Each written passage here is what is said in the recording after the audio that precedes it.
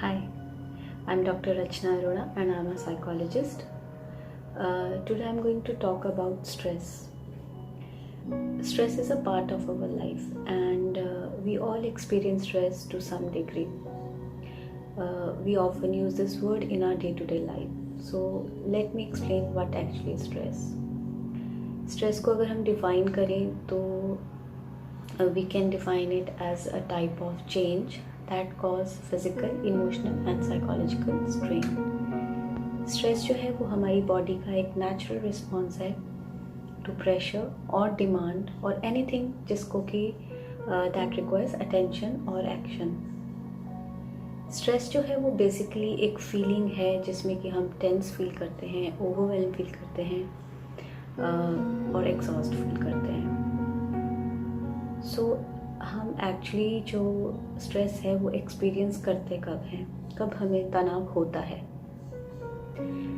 We experience stress जब हमारी life में जो डिमांड्स हैं वो बहुत सारी होती हैं और या फिर हम कुछ एक नई चीज़ एक्सपीरियंस करते हैं या फिर समथिंग अनएक्सपेक्टेड जो कि हमारी सेंस ऑफ जो सेल्फ है उसको थ्रेटन करता है, या फिर when we have little control over a situation or when we are unable to cope with that situation जिससे कि हम डील कर रहे हैं.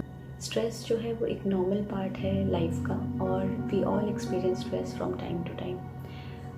Yet we have to understand how stress affects us on daily basis. We always talk about stress in a negative way. और लेकिन अगर जो स्ट्रेस की हम बात करें तो हमेशा स्ट्रेस जो है वो बुरा नहीं होता है and it's okay to have some stress. When stress has this potential for a positive outcome और अगर आपके ऊपर उसका जो इफ़ेक्ट है वो पॉजिटिव है तो हम उसको यूज स्ट्रेस बोलते हैं. क्योंकि जो लोअर लेवल पे जब हमारा स्ट्रेस होता है तो वो हमें हमारी बॉडी को प्रिपेयर करता है, हमारे जो चैलेंजेस होते हैं डे टू डे उसके लिए हमें प्रिपेयर करता है और हमारी जो एनर्जी उसको बूस्ट करता है. हम अलर्ट रहते हैं स्ट्रेस के कारण, एक्शन लेते हैं और हमें वो मोटिवेट करता है प्रोडक्टिव होने के लिए, क्रिएटिव होने के लिए. ऑन द अदर हैंड अगर हमें जो स्ट्रेस है अगर वो नेगेटिवली इफ़ेक्ट करता है तो कहीं ना कहीं वो हम उससे ओवरवेलमिंग फील करते हैं, एग्जॉस्ट फील करते हैं और हम उससे डील करने में या उससे कोप करने में अनेबल फील करते हैं, तो उसको हम डिस्ट्रेस कहते हैं. अगर हमारी लाइफ में स्ट्रेस बहुत ज़्यादा होता है तो इवन जो छोटे छोटे टास्क होती हैं वो भी हमें चैलेंजिंग लगती हैं और if there is too much stress in our life then it can interfere. और अगर वो बहुत देर तक बना रहता है हमारी ज़िंदगी में तो वो प्रॉब्लमेटिक हो जाता है. अगर हम स्ट्रेस को कंट्रोल नहीं करते हैं तो वो हमें बीमार भी कर सकता है. स्ट्रेस जो है अपने आप में कोई मेंटल हेल्थ प्रॉब्लम नहीं है, लेकिन अगर हम स्ट्रेस को एड्रेस नहीं करते हैं तो वो हमारी मेंटल हेल्थ और सेंस ऑफ वेलबींग को इम्पैक्ट करता है. Stress can be categorise as either acute और क्रॉनिक. एक्यूट स्ट्रेस जो है वो it is a most common form. Sometimes stress जो होता है वो ब्रीफ होता है और किन्हीं स्पेसिफिक डिमांड्स के चलते आता है, जैसे कि कोई स्पेशल डिमांड है हमारे लाइफ में या कोई पर्टिकुलर सिचुएशन है तो उसके चलते हमें स्ट्रेस फील होता है. जो शॉर्ट टर्म स्ट्रेसेस होते हैं जैसे कि सपोज़ कीजिए आपको स्पीच देनी है या फिर आपको इंटरव्यू के लिए अपेयर होना है या फिर कोई एग्ज़ाम आ रहा है उसके लिए स्टडी करना है, तो ये इस तरह का जो स्ट्रेस होता है या स्ट्रेसेस होते हैं वो वन टाइम अक्रेंस होते हैं और शॉर्ट टर्म होते हैं, इसलिए वो एक्यूट स्ट्रेस को कॉज करते हैं. एक्यूट स्ट्रेस जो होता है वो ब्रीफ होता है और इंटेंस होता है, लेकिन वेरएज़ जो क्रॉनिक स्ट्रेस है वो लॉन्ग लास्टिंग होता है और उसके जो सिम्टम्स हैं वो इंटेंस तो नहीं होते हैं उस मोमेंट पे, लेकिन उसके जो लॉन्ग टर्म इफ़ेक्ट्स हैं वो बहुत ज़्यादा सिवियर होते हैं. क्रॉनिक स्ट्रेस जो है वो एक्चुअल में तब होता है जब किसी को ये लगता है कि वो बहुत ही एक बैड सिचुएशन में ट्रैप्ड है और उससे कोई वे आउट नहीं निकल रहा है, उसके लिए वो सिचुएशन बनी हुई है. तो ऐसे में जो स्ट्रेसेस होते हैं वो लॉन्ग टर्म होते हैं। जैसे कि आप कह लीजिए कि अगर आपकी डिमांडिंग जॉब है या फिर आप किसी अनहेल्दी रिलेशनशिप में हैं, आपकी marriage is not, you are not in a happy marriage, financial difficulties हैं, तो इस तरह के जो लॉन्ग टर्म स्ट्रेसेस होते हैं वो क्रॉनिक स्ट्रेस को का कारण बनते हैं। अब यहाँ पर एक नोट करने की बात है कि जिन लोगों को क्रॉनिक स्ट्रेस होता है वो लोग इस स्ट्रेस के साथ एक्चुअल में उनको उसके वो आदी हो जाते हैं, यानी कि दे अकस्टम टू दैट डिस्कम्फर्ट, और उनको ऐसा महसूस ही नहीं होता है कि कुछ स्ट्रेस है, मतलब वो नोटिस नहीं करते हैं उसके साइन को, और उनके लिए एक नॉर्मल सी बात बन जाती है उस स्ट्रेस के बीच में रहना। हाउएवर जो क्रॉनिक स्ट्रेस है उसके नेगेटिव इफ़ेक्ट होते हैं हमारे रिलेशनशिप में और हेल्थ पे हमारी। और क्रॉनिक स्ट्रेस जो है वो कहीं ना कहीं उसकी वजह से हमारी जो बॉडी है उसमें बहुत देर तक हमारा जो हार्मोन्स हैं, स्ट्रेस हार्मोन्स रिलीज़ होते हैं, और उस एक्सपोजर के कारण जो हेल्थ है वो भी हमारी इम्पैक्ट होती है। अब हम बात करेंगे कॉजेज़ की। तो स्ट्रेस के जो कॉजेज़ हैं या फिर सोर्सेज हैं वो क्या हैं। बहुत सारी ऐसी सिचुएशंस होती हैं हमारी लाइफ के या हमारे इवेंट्स होते हैं जो कि हमें स्ट्रेस जिससे हमें फील होता है। जो उसके सोर्सेज हैं वो बहुत बड़ा कोई लाइफ इवेंट भी हो सकता है, या फिर एक ऐसे फैक्टर्स जो आपकी एवरीडे लाइफ में होते हैं वो हमें स्ट्रेस कॉज करते हैं।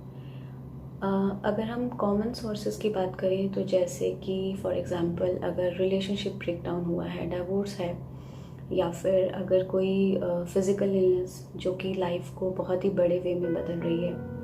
और सोर्सेज जो हैं स्ट्रेस के वो इमोशनल भी हो सकते हैं, जैसे अगर आप पीयर प्रेशर में हैं और अनसर्टेनिटी से कोप कर रहे हैं। एनवायरमेंटल जो सोर्सेज हैं उसमें लाइक आप किसी नए एनवायरनमेंट में एडजस्ट कर रहे हैं, या फिर अनएम्प्लॉयमेंट की से आप जूझ रहे हैं, स्ट्रगल कर रहे हैं, और या फिर वर्कलोड बहुत ज़्यादा बढ़ गया है, आपका जो रिलेशनशिप है बॉस के साथ वो अच्छा नहीं है या फिर कलीग्स के साथ अच्छा नहीं है, फाइनेंशियल प्रेशर्स, और या फिर social isolation.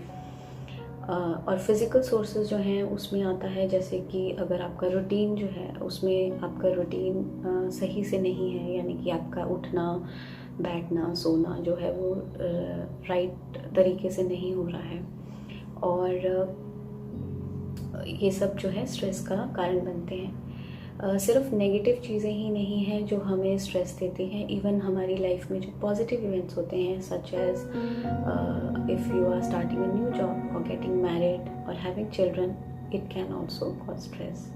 So here I want to add that we all are different.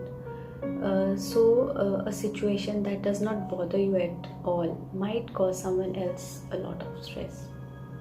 For example, कि अगर सपोज़ कीजिए आपको एक अपॉर्चुनिटी मिली है पब्लिक स्पीकिंग की और आप कॉन्फिडेंट फील करते हैं पब्लिक स्पीकिंग को लेकर, तो जब आपको ये पब्लिक स्पीकिंग का मौका मिलेगा तो आप बहुत कंफर्टेबल फील करेंगे और आपको उसमें मज़ा आएगा। लेकिन अगर जो दूसरा पर्सन है जिसको कि जो प्रेफर नहीं करता है, जिसको लो फील होता है या फिर वो सेंटर ऑफ अटेंशन उसको नहीं चाहिए, तो ऐसे इंसान को जब ऐसे पर्सन को ये अपॉर्चुनिटी मिलेगी तो वो उसको उस सिचुएशन में वो एक्सपीरियंस कर सकता है स्ट्रेस। तो हमारा जो हम सब लोग हैं we all deal differently with stress, and some people may cope up with stress more effectively and recover from stressful events more quickly than others. और ये ऐसा इसलिए होता है, it is because our ability to cope can depend on our genetics, early life events, हमारी personality, हमारा जो social और economic circumstances हैं उन सब पे डिपेंड करता है कि हम स्ट्रेस के साथ किस तरह से कोप अप करते हैं। स्ट्रेस जो है उसको रिकॉग्नाइज करना इतना आसान नहीं होता है, लेकिन देयर आर सम वेज जिससे कि हम आइडेंटिफाई कर पाते हैं कि हमें स्ट्रेस हो रहा है या नहीं हो रहा है। तो there are some signs to spot जो कि बताते हैं कि हम बहुत ज़्यादा स्ट्रेस में हैं। स्ट्रेस जो है वो फिज़िकल, साइकोलॉजिकल, इमोशनल और बिहेवियरल सिम्टम्स को कॉज करता है। अगर हम साइकोलॉजिकल साइंस की बात करें तो उसमें आते हैं जैसे कि if you are feeling anxious, बहुत ज़्यादा एंग्जाइटी हो रही है, आप बहुत वरी करते हैं, आपको कंसंट्रेट करने में डिफ़िकल्टी आ रही है, और आप सपोज़ आपकी लाइफ में मोटिवेशन नहीं है, तो ये सब साइकोलॉजिकल साइंस हैं। इमोशनल साइंस में है जैसे कि अगर आप बहुत ज़्यादा गुस्सा आता है आपको, आप बहुत इरिटेट फील करते हैं, और आप फ्रस्ट्रेशन में रहते हैं, इरिटेबिलिटी या फिर एंगर, ये सब जो चीज़ें हैं इमोशनल साइंस, ये इमोशनल सिम्टम्स होते हैं। फिज़िकल सिम्टम्स में अगर हम देखें तो जैसे कि पर्सन जिसको भी स्ट्रेस रहता है उसको हाई बीपी की प्रॉब्लम हो सकती है, बहुत ज़्यादा थके रहना, या फिर हेडेक्स की प्रॉब्लम, उसका जो स्टमक है वो अपसेट रह सकता है, बहुत ज़्यादा माइग्रेन या इंडाइजेशन की प्रॉब्लम, चेस्ट पेन, ये सब फिज़िकल साइंस हैं। और अगर हम बिहेवियरल साइंस की बात करें तो जैसे कि उसका जो सेल्फ केयर है वो बहुत पुअर होती है। कई लोग हैं जो स्ट्रेस के कारण नेल बाइटिंग करते हैं, नेल बाइट करते हैं, और बहुत से लोग हैं जो कैफ़ीन बहुत ज़्यादा कंज्यूम करने लग जाते हैं, और जो आपके कंसंट्रेट करने की एबिलिटी है वो भी बहुत अफेक्ट हो जाती है। बार बार आप प्रोक्रेस्टिनेट करते हैं, डिले करते हैं काम को, और आपकी जो स्लीप है वो भी डिस्टर्ब हो जाती है।